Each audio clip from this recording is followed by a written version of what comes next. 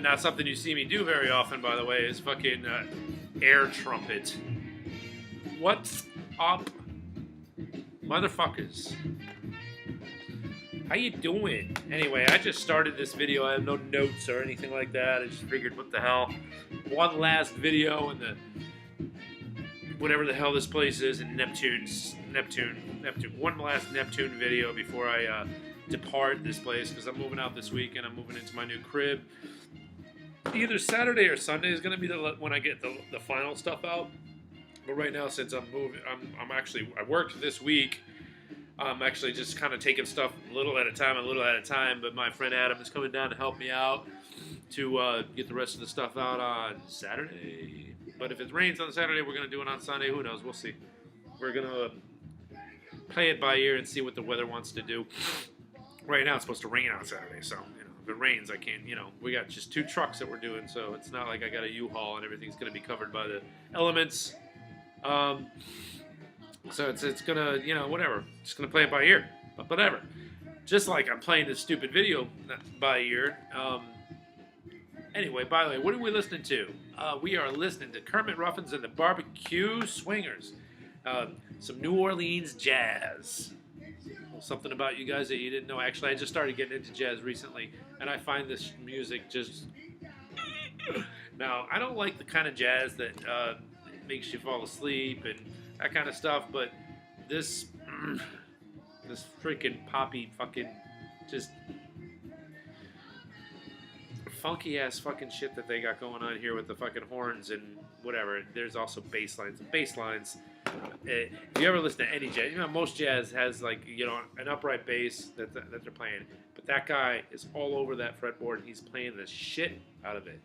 Respect the hell out of jazz musicians, because they play like, God, they're all like, so freaking talented, and they play music that absolutely awards them like hardly any money at all. I mean, Kermit Ruffins, though, he's carved out a nice little New Orleans lifestyle for himself down there, where he plays regular and he gets regular gigs, and he's just that's what he wants to do. He just wants to go out there and gig and do his thing, and then go home and barbecue and do whatever, So, Todd Chermark, Joe's IM53's brother, was recently down in New Orleans, and I texted the hell out of him with all these, musicians that he should go see. And Kermit Ruffins is probably top of the list. I told him not to go out of New Orleans without seeing Kermit Ruffins. I'm willing to bet my left nut that he didn't go. Whatever. It's all good. I'll go. One day I will be there, and I will go see Kermit live. Kermit Ruffins. But anyway, what are we here to talk about today? Anyway, let's talk. Right off the top of my head, I guess we're talking about Luke Cage. Luke Cage. So, here's the thing with Luke Cage. Dude, this is what I did too, and I did this marathon. I mean, I stayed up. I was up at 3 o'clock when it came, 3 o'clock in the morning when it posted up. So, I was like, hell yeah, baby, I'm up. And at the time I was awake and everything. So I started watching it and went probably till about episode 4 or 5, and it had to be like, I don't even know. It was like, God, it was like 7:30 or something like that. By the time I was actually like, my eyes were just like, I was like, maybe one more, maybe I can watch one more. And then, I was like, whatever, and then I fell asleep, and I remember it was like, I slept for like maybe 4 or 5 hours, and it's like, I fell asleep, and I was in a dead sleep, but I remember I woke up, and I opened up my eyes, and I was just like, Luke Cage, there's more Luke Cage to be done, It was like, thank God, like, the gods came together and said, Greg, you shall not be working when Luke Cage comes out, so that you can pull it like an almost all-nighter and wake and then just get into it, do this thing that everybody else has done, but I've never been able to do because I was always like working the next day, so I was never going to stay up and watch anything, but I would wake up early. Like in the past, for like all the Daredevils and Jessica Jones and everything like that, what I would do is I would go to bed early and then wake up, like, I try to wake up at like 5, or maybe 4 or 5 or something like that, so I could get a couple episodes in before I went to work. But this time I was able to actually do a true hardcore Luke Cage marathon, and I got through I got through the whole entire episode on I got through all of them on Friday, and like I said, I wasn't disappointed at all. It's very, very good. The music was like, it was like kind of like, the music was like, Guardians of the Galaxy good, like it was that kind of chosen soundtrack, what they chose for the musicians that played live, what they chose for the music in the background, Method Man. I mean, everything was so good. If we're just talking about music, everything was so good in the I want to say movie because that's the way it feels when you watch these Netflix shows. Uh, up until like, God, just throughout the whole thing, it was great. And then Method Man came into the scene, and that's when that shit was just like, Method Man came in and he was just like, hey, let me do something here, crack, and it's like out of the park, out of the fucking park. And like in the episodes towards the end, when it had to kind of like bring everything together, that was when Method Man came in and just knocked that shit out of the park. After he got done doing his thing, I was just like, that's that's how you do it. That's how you fucking do it. That's how you do it. But as far as the content of the show is concerned, I was a little disappointed with the first episode because a little bit disappointed when I first initially watched it. After you understand the whole thing, you kind of like get everything. But they only had. He didn't really do anything until the very end of as far as his powers were concerned, and then I was just a little disappointed with, the fact that I had already seen part of what he had done in a trailer, which is another one of those things where you gripe about trailers showing too much. Maybe if they had left some out, I might have been like, yeah, badass, but part of me was kind of like, well, I've seen this, whatever. Good Foes, Good Foes. Cottonmouth was good. Cottonmouth was great. I liked him a lot. There was some complaints I heard about people saying I hated the fact that they did so much character building with Cottonmouth in a couple episodes and then wind up blah, blah, blah. But I thought actually that character building was what set up the surprise. So that's I'm just trying to listen. I know you guys out there there are people out there that haven't seen the whole thing yet, and I'm not going to try to go overboard and spoil the shit out of it for you. So that's why I'm going to be as vague about this and vague about that. I know I'm not going to insult your intelligence, and you could probably have wild powers of deductive reasoning to figure out exactly what I'm talking about. But whatever. So yeah.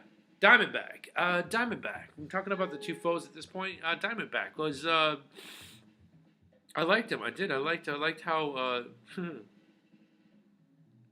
Liked how crazy he was. I really enjoyed that. He was definitely. Like Cottonmouth versus Diamondback. Cottonmouth was the businessman. Obviously, and he also had respect. Diamondback had none of those things. He probably put business somewhere like in fourth place or something like that behind, vengeance and just being completely out of his damn mind. I mean, when a snake is at his most, whatever that line that he had, is that is the most dangerous is when he's backed into a corner or something like that. I mean, he got like 15 guys with guns, and this guy's just like, yeah, this is gonna be fun, like he kind of like this is gonna be great, So yeah, great villains. I heard I know that the Twitterverse exploded with "it's too black," and I was like, it's fucking Harlem. What the hell? Have you been to Harlem? Have you been there? I mean, there's a lot of ethnicities in Harlem, but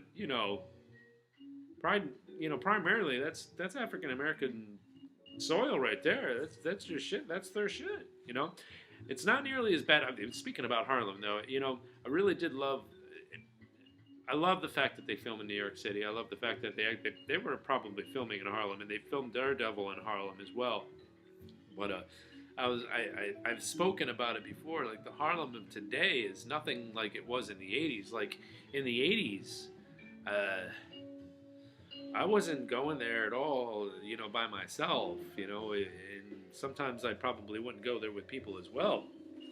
Today it's not true. I'll take the 3 up to 147th and walk to Yankee Stadium from there, because it's a hell of a lot easier than taking the 4 and being stuffed like um, sardines in that thing, because it's a Harlem is fucking awesome now. It really, really is. It's actually, it's amazing what's happened to Harlem over the years. Watching it evolve into actually being someplace where it's a vibrant neighborhood with good people. But so that's awesome. So yeah, I really do love the fact that they, I don't know, that they film in New York. It's awesome. It's a New York hero. They should film in New York. What else can I say about it? Misty Knight. Misty Knight was so hot. Oh my god. It was painful how hot she was. It really, really was. And I liked her character. I thought they did her really well. Rosario Dawson, as always. Somebody said night nurse. Take the night nurse downstairs or something like that, to the lockers or something like that. Somebody said night nurse, and I had, I was talking to Vinny about it. I had, a Family Guy moment while I was like, oh, there it is. They said night nurse. But yeah, obviously there was a lot of Easter eggs, and I probably was lost on a lot of them. But, I'm not going to go into a shit ton of Easter eggs. Y'all can point those out to me. I know there was I think Night Nurse had a connection with something. Vinny was telling me about it. Connection with, you know what? I'm skipping it because I don't know enough about it to speak logically about it. So I'm not going to. By the way, have I cheersed? Cheers. It took me 12 minutes to cheers. And I also have Guinness with cap in it. So we talked about Night Nurse, and then there's that one guy, the Ducky from. Dude, he's always gonna be Ducky to me. I forget that guy's name. Is his name? His name. He's not John Cryer, but somebody else. I can't remember that guy's name. Yeah, he was a sleazebag. I had a problem with him. Maybe that's the way they wanted his character to be. Trying to act, I don't want to say black or cool or whatever, but he was trying to act as, some of the things that came out of his mouth was like, wow, that was really awkward for somebody that looks like he looks to say something like that. So, and I don't know if that's the way they wanted that character to be, awkward like that. I mean, he wasn't awkward, but like he was just kind of like, whatever. Mariah, wow, I'm pretty sure her name is Alfre Woodward. Loved her, of course. I fucking love her. She's just, God, she was so despicable, and she did it. She just nailed despicable. From the moment that she was with Captain Picard in First Contact and screaming, "Where was your evolved sensibility then?" I've always had a place in my heart for that actress, because I was like, you're standing toe to toe with Patrick Stewart. I consider him a pretty decent actor, and you want an argument with him, and that doesn't happen very often. But anyway, she did a great job in this, and of course they got the guy from The Wire too. He was the police commissioner from The Wire. To play Pops, and that was pretty awesome. Shades, I don't know. I liked him. I didn't like him. Towards the end, I was kind of like, okay, he started growing. He had to grow on me. Shades had to grow on me. When he first came on the scene, I was kind of like, this guy, because I knew the actor, but I was like, I can't remember where he's from, but I like him. I guess he's okay, but whatever. Anyway, I'm not gonna say much more on it.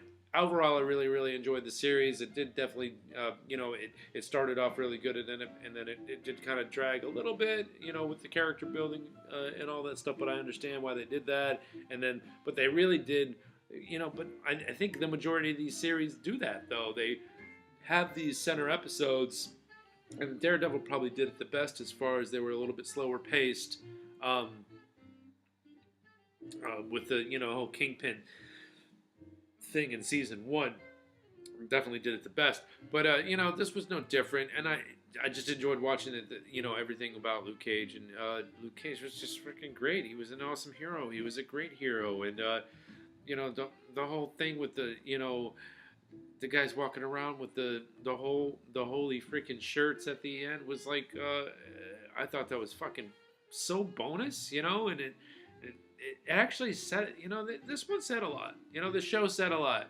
It did. It's hard to sum it up because it had a lot to say, and I think it spoke to a vast many people. So I, for one, am this color, so I can't speak too much on it. I can only feel the white guilt that I'm supposed to feel, and do that. But anyway, that's all. I don't know what else to say about it, guys. I'm not the controversial type who's going to stir up too much shit. But I enjoyed the show. It was really, really good. I've watched it a couple times since then, and I'll probably continue to watch it again. Just because there's stuff that I can get out of it. Anyway, love you guys. Next video is going to be probably from where I'm moving to, and I'll tell you more about that later, I guess. Those of you who want to know personally, I'm not going to put my shit out there. Just contact me via message if you really want to know details about what's going on in the life of Greg. And I'll be happy to explain everything. But, for the most part, you got to remain a little bit impersonal just because, you never know who's watching. But anyway, I do love you guys. Do something good for yourself and do something good for somebody else.